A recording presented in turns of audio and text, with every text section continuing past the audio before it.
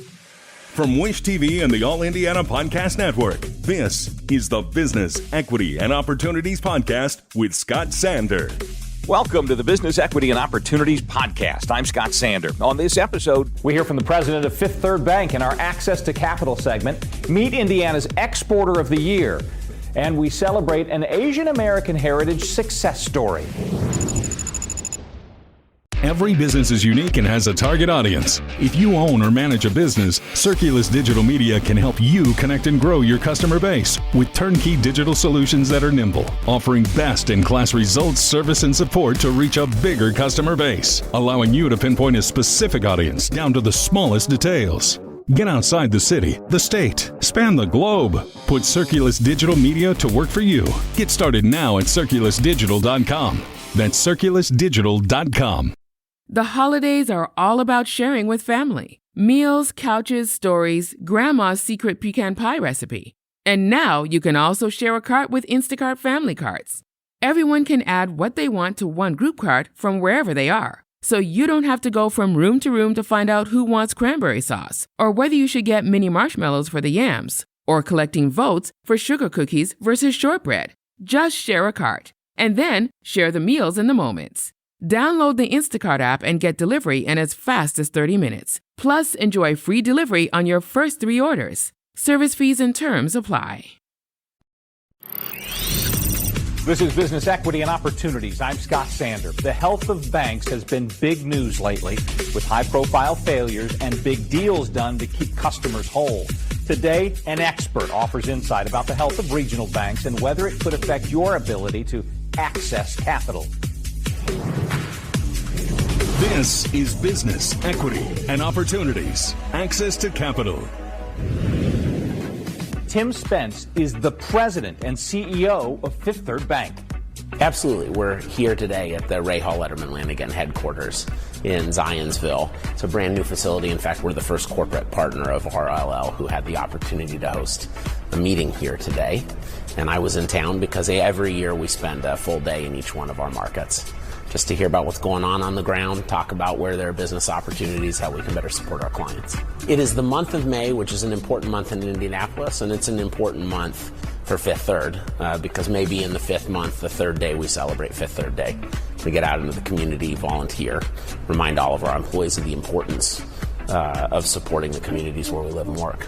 You know, it's unfortunate because anytime there's disruption in the banking sector, it has a tendency to bleed over into the rest of the economy. Put simply, there were a limited number of banks who tended to be more focused on the tech sector than the real economy, who grew too fast over the course of the past several years, and who made some mistakes in the way that they ran their businesses. And that resulted in the last month and a half in 3 fairly significant bank failures. I think the good news for the system overall, and in particular for the state of Indiana, is that the banks that are operating in the Midwest were virtually unaffected. And certainly there's a part of it that just comes down to the way that you run your business. So our priorities as a company have always been stability, profitability, and growth from a financial perspective, in that order, and in building long-term relationships with people that allow the bank to perform well through the cycle. The byproduct of that, at least in our case, is we're the only one of the large banks in the U.S. who's actually grown deposits since the Fed got really active last year in raising interest rates. But how you manage the business is only part of it. Banks, at the end of the day, are only as healthy and as strong as the communities and the customers that they serve.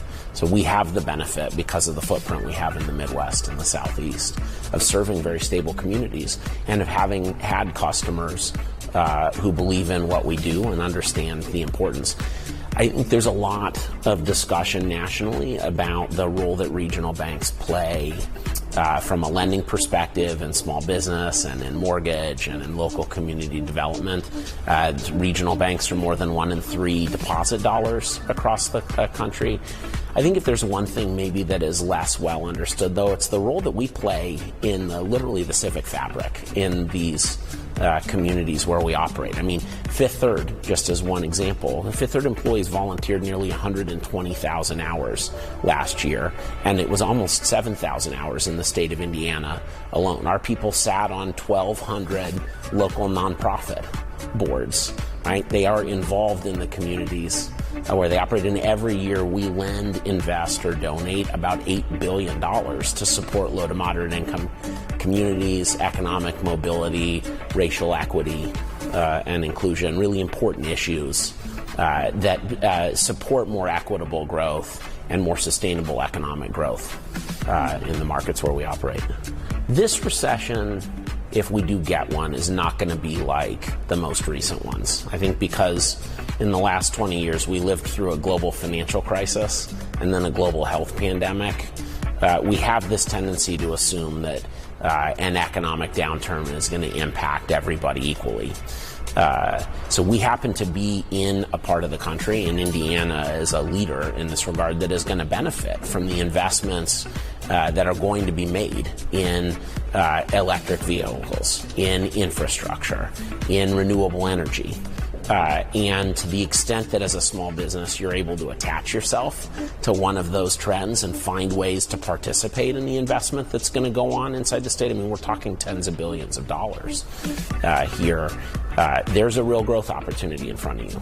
I also tell our small business clients, don't expect that an economic downturn, if we get one, is going to help out on labor availability. The next 10 years, every year there are going to be more people who retire from the workforce than graduate from high school or college. So if you have talented people, you got to hold on to them. And you got to be investing in tools that are going to help them, whether it's technology or automation solutions or otherwise, that are going to help them to be more productive. Because I think talent is going to continue to be very hard to come by. Lastly, you have to choose your partners carefully, right? As an owner of a business, you are, by definition, investing in building something for the future. And you got to make sure that you're working with people who have that same long-term commitment, right? The best relationships in our lives, we all know personally, are the ones that are there for us when times are difficult. And you should expect your partners to be there for you. I'm an optimist, right? I'm a believer that if you look at the long sweep of history, that things generally always get better. Sometimes it just takes time. I think we're in a period right now where it's appropriate to feel worried and uncertain. We've never been through a rate increasing cycle like the one that we're experiencing. We see the strain in places like affordability for new homeowners, in challenges that we have experienced as people have changed the way that they live in real estate and central business districts and the businesses that are attached to those things. And certainly as we look at AI and some of the automation solutions and otherwise, it's appropriate to worry a little bit about how your world changes, whether it's your opportunity as a business owner or your job as an individual. I think with that said, my grandfather always used to tell me the God's wheels grind slowly but finely, right? And we'll find ways to harness these tools to create more value for people and to address some of the labor supply issues that we talked about earlier. And whatever disruption we experience, I think in the grand scheme of things, I'd rather the American economy than I would any other economy in the world. Time for This Week in Business and a chance to talk about the booming business of peanut butter. It's booming up in Portage, Indiana, of all places. And the two people who know about it better than any are the creators of what we have here, Carol Podolak and Joy Tompkins from Be Nutty. Welcome. Thank you. This is our first food interview on business equity and opportunities. So I guess we should jump in with that. When you have, the short opportunity to talk to somebody about what you do, tell us about your product, what it is, how'd you come up with it? Well, we came up with it because we were looking for a nutritious way to fundraise and to teach our kids not only about nutrition, but fundraising and give them something good to eat on the field. And that was the beginning of it. And then what would you like to add to that one? How did it turn into a business? Oh. Well, once we started fundraising and people tried our fun flavors, our pretzel white chocolate peanut butter, our milk chocolate toffee peanut butter, they fell in love with it. They wanted it more than the once a year we had originally agreed to. Yeah. So we went from once a year fundraisers to local farmers markets to some local grocery stores, and 10 years later, we've expanded operations. So take me back to that when you when you first started, it was a jar or a bucket or whatever you had. Sure. Did you have any idea that, and I don't know if it's the finish line, but where we are right now was even a possibility? Where you ended up, was it at all where you thought when you started? No, the main goal was to just give our team, and at that time the soccer club was maybe 2 teams, maybe 30 kids on it. Right. So just to feed the team something, and when we're traveling, and get them to fundraise with it.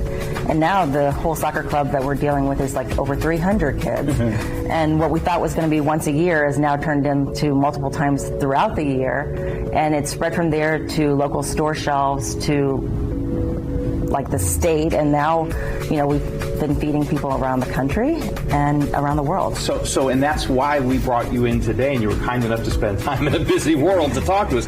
The Indiana Exporters of the Year from the Small Business Association. We talk about the SBA a lot with our friends who are watching right now. You are now at a point where a lot of them would like to be. What would you say to them? I guess with the SBA experience, first of all, what was your connection? What support did you get through the SBA? And how did you get to this award? It's a pretty nutty journey, pun intended. So when we started growing onto a national scale, we started to work a lot with the state of Indiana, the ISBDC, the IEDC, and the SBA. And when we started to get access to those resources, which are available for everyone here in Indiana, we learned about something called the Export Accelerator. It's only here in Indiana. It's called the Indiana Export Accelerator, and the ISBDC offers it. And our coordinator signed us up for what we thought was a class. We thought we were going to learn a little bit about export and decide if we wanted to maybe dip our toe in the water. It's really more of an incubator. They take you through a 12-week intensive program, and when you're done at the end of it, you have all the resources you need to start exporting. And that's really what happened. It's been a fantastic journey. They introduced us to additional resources like Ex-Im Bank and Food Export of the Midwest, which is with the U.S. Department of Agriculture. And there's a ton of help, both financially and educationally, to help you grow your business. So we decided to give it a shot. We said yes, and we can't believe where we are. It's been a little less than 2 years of exporting. And you're already award-winning at it. Is that intimidating? Does it take this sort of moment of courage to say, I have a thing that sells locally, it sells well, I'm happy, but there's a bigger prize out there? I mean, you could very well have said, no, we're good. It was terrifying. Was it? It was absolutely. It wasn't just intimidating. It was terrifying. When you think about, I have no idea how to ship a package, let alone a pallet or a truckload of peanut butter to another country. There's so much help, and that's what was great is we were able to meet people who knew things that we didn't even know we needed to know. And so we were very scared really every step of the way. But when we realized that what was available to help us, we really got our courage up and we said yes, and it's been fantastic. What if you're allowed to say from your business contracts and contacts, where do you ship to overseas, and what do people in your export markets crave the same flavors that people say do in Brownsburg and Bippus? Yeah. Great. They don't necessarily crave the same flavors, but we can also create flavors to their market if we wanted to. Have you done that? Is that like how does that work? A lot of fun R&D. So we really meet and talk to distributors and grocery stores in other countries. We've had a chance to travel to some of those countries, do market research, see what's on the ground there, and then come back and take what we learned and try to incorporate it into something that we think is going to work well. And that's one of the funnest things that we do at our facility, which we call the Nut House. We have a whole team, and we do. We love our peanut puns, but we have a lot of fun trying all those flavors. Yeah. So, for instance, what countries, if we're traveling internationally, might we actually see Be Nutty in? Yeah, so you would have an opportunity to see our products sold right now in Dubai, Saudi Arabia. We've shipped to stores in the UK, Ireland, Australia, France, Egypt. Are they always branded Be Nutty there, or do you do private label things as well? Both. We do both. So some are branded Be Nutty and some are branded private label. We're just getting ready to launch into the Singapore and the South Korean markets. We're really excited about those 2 new additions. As a soccer club is how this all started, trying to raise money for the kids. Yeah. Do you still do that? You still got a fundraising component? We still do, and we do fundraising for other groups also. As 2 soccer moms from Indiana, what was important to us was to stay true to our mission. We started out fundraising, and that continues to be a really important thing of what we do each and every day. We take the profits from the peanut butter that we sell and we invest them back into our local community and back into student athletes. We provide scholarships for student athletes. We fundraise to build an 8 soccer field complex right down the road from our production facility in Portage, Indiana. We provide tuition assistance with books. We help our students fill out their FAFSA applications. We're really invested in trying to take what we're growing and grow what's happening in our community. And that's really important to us. It's clear that this was important before you got success. Do you see, though, that doing good for your community further fuels your success? 100%. Absolutely. We really feel like you get what you put out. And that's something that we try to think about each and every day when we make decisions is, what does this do to further our mission? What can we do next? If we grow a little bit more, how much more can we help people? And that's just really been fantastic. You'd echo that? Absolutely. It's been fun to watch the business grow. We started off as 2 moms, and now we have over 60 people, working with us to make this mission possible, and, kids all over the country and world, and people, grown-ups loving it. But it was just a really good way. We spent time on the weekends doing farmers markets, teaching the kids how to, tend money and make trades and negotiate and figure out the sales side, and actually to get them to go outside of their little perimeter. So they traveled to Illinois, they traveled to Indiana. We went all over doing farmers markets. That's a little courage from them as well. Yeah. Not bad. Well, it was a lot of fun. I guess if you could, give our friends down the line some encouragement about that process of, I have this product or this service, and maybe I have already even established a small market around myself. That step that you took, both through the SBA and then also saying, yep, let's ship it overseas. That's a tough decision to make. It was scary, but I would have to say the biggest lesson we think that we've learned is you don't have to know everything. You just have to have access to people who do. Yeah. And that's been really fantastic. Being a business owner is scary, and you think you're only relying on yourself until you get plugged into a network of resources and realize there's places to get answers, people who've already done it, and they're willing to tell you what they did right and what they did wrong. And we learn something new every day. It's definitely a journey. Well, it's been a fantastic success story. Again, Exporter of the Year through the SBA, and I understand that you have a chance at a regional and maybe national award as well, so our good luck to you on that process. And let us know how things keep working and growing for you. We appreciate it. Thank you. Carol, Joy, thank you. Thank you. Be Nutty is the Indiana-based product. Welcome back to Business Equity and Opportunity. May is Asian American and Pacific Islander Heritage Month. Indiana has many success stories to celebrate. One of them is our next guest. This is Business Equity and Opportunities Success Story. Sunny Lou Williams is the president of TechServe Corporation. I come from a long line of serial entrepreneurs. My grandmother actually founded the company back in 1992. And she was an individual that was an immigrant, took the citizenship test, took the driver's test, and just said, hey, what's the process? What's the system? Let me learn it. Let me do it. So I take this very simple example of studying for the U.S. citizenship test. She learned the ins and outs. She did it. And then she just kept following directions to the point where she started her own business, literally found the instructions, the how-tos, started her own business and said, we've always been a family of entrepreneurs. So in her heyday, she was one of the first police women in Taiwan, had an administrative capacity within Taipei Metropolitan Police Agency, and that kind of ties back to our public safety portfolio here that we'll talk about in a little bit.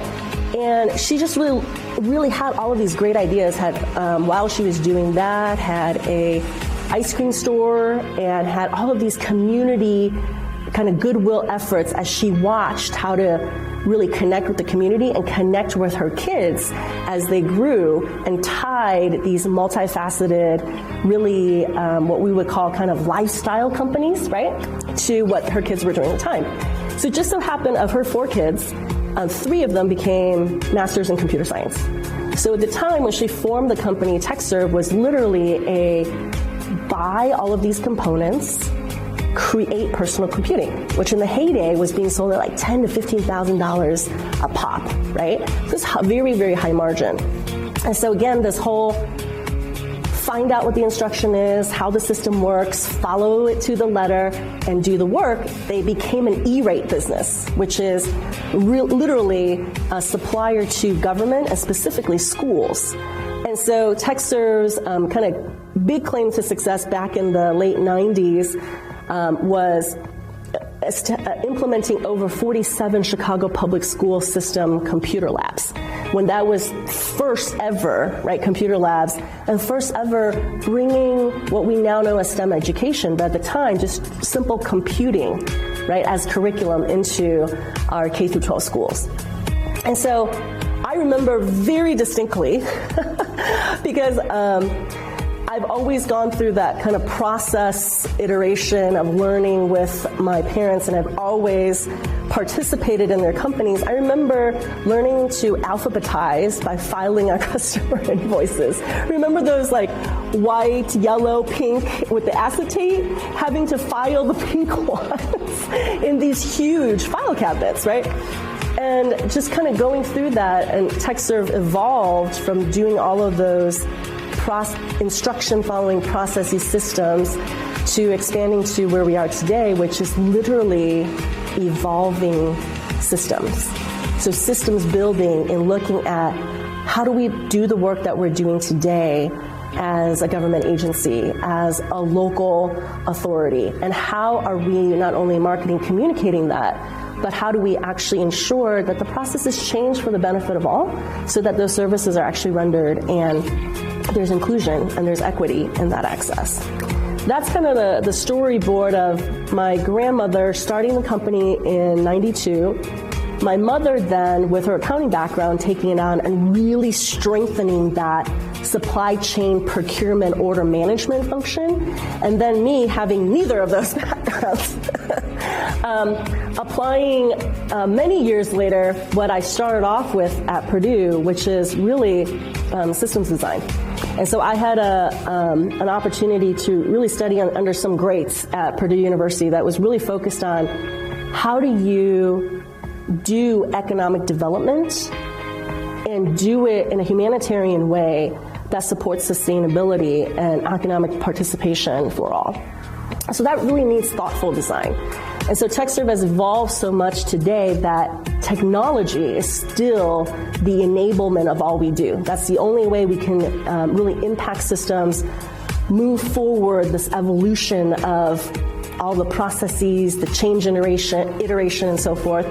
But at the heart of it is working with folks that both design the system, are users of the system, and have the ability to look back on whether or not that system, which is a collection of processes, instructions, and ways to do things, whether it ultimately helped or hindered the population it was intended to serve.